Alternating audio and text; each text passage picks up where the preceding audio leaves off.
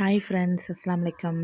இன்றைக்கி வந்து பிரியாணிக்கு தால்ச்சா எப்படி செய்யலாங்கிறது பார்க்கலாமா? இது தால்ச்சான்னு சொல்கிறத விட சாம்பார்னு சொல்கிறது தான் பெட்ரு. ரொம்ப சிம்பிள் மெத்தடு தான், ஆனால் ரொம்ப டேஸ்ட்டாக இருக்கும்.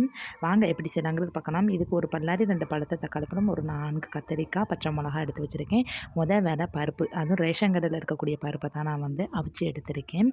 அது நல்லா வெந்த பிறகு தனியாக ஒரு ஓரமாக இருக்கட்டும்.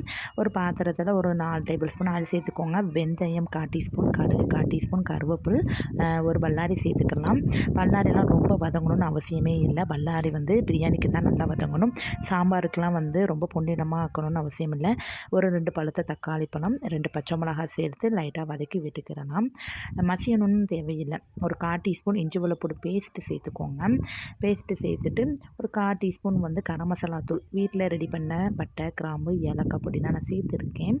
சேர்த்துட்டு அந்த எண்ணெயிலே கொஞ்சம் நல்லா அந்த ரா ஸ்மெல் போகிற வரைக்கும் நம்ம வந்து வதக்கி விட்டுக்கிறலாம்.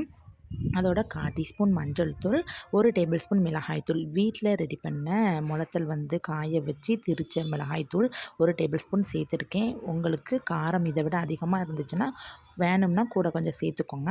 நான் கத்தரிக்காய், முருங்கைக்காய், மாங்காய் போட்டு தான் இன்றைக்கி சாம்பார் வைக்க போகிறேன். கத்தரிக்காய், முருங்கைக்காய் போட்டு வேக விட்டு எடுத்துக்கலாம்.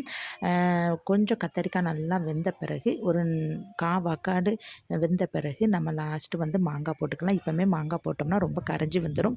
ஒரு 1/2 டேபிள் ஸ்பூன் மல்லித்தூள் சேர்த்து சாம்பாருக்கு தேவையான உப்பை இப்போவுமே நான் சேர்த்துக்கிறதேன். ஏன்னா இப்போவுமே நம்ம சேர்த்தோம்னா காயில் நல்லா உப்பு உரப்பு பிடிச்சிக்கிறோம். தேவையான தண்ணி ஊற்றி மூடி போட்டு குக் பண்ண ஸ்டார்ட் பண்ணியாச்சு. அதுக்கப்புறம் காய்கறி வந்து ஒரு 90% குக் ஆன பிறகு நான் வந்து மாங்காய் சேர்த்துக்கிட்டேன். மாங்காய் சேர்க்கும்போது வீடியோ எடுக்கலை. மாங்காய் வெந்து வரும்போது பருப்பு வந்து நல்லா மசிச்சுட்டு தேவையான தண்ணியும் ஊற்றி பருப்பு வந்து போட்டதுனால கொஞ்சம் நேரம் ஒரு 5 நிமிஷம் நல்லா கொதிக்க விட்டாச்சு. கொதிக்க விட்டு இறக்குன பிறகு லாஸ்ட்டாக மல்லித்தழை தூவி இறக்கிட்டோம்னா சூப்பராக மணக்க மணக்க சாம்பார் ரெடி ஆயிடும்.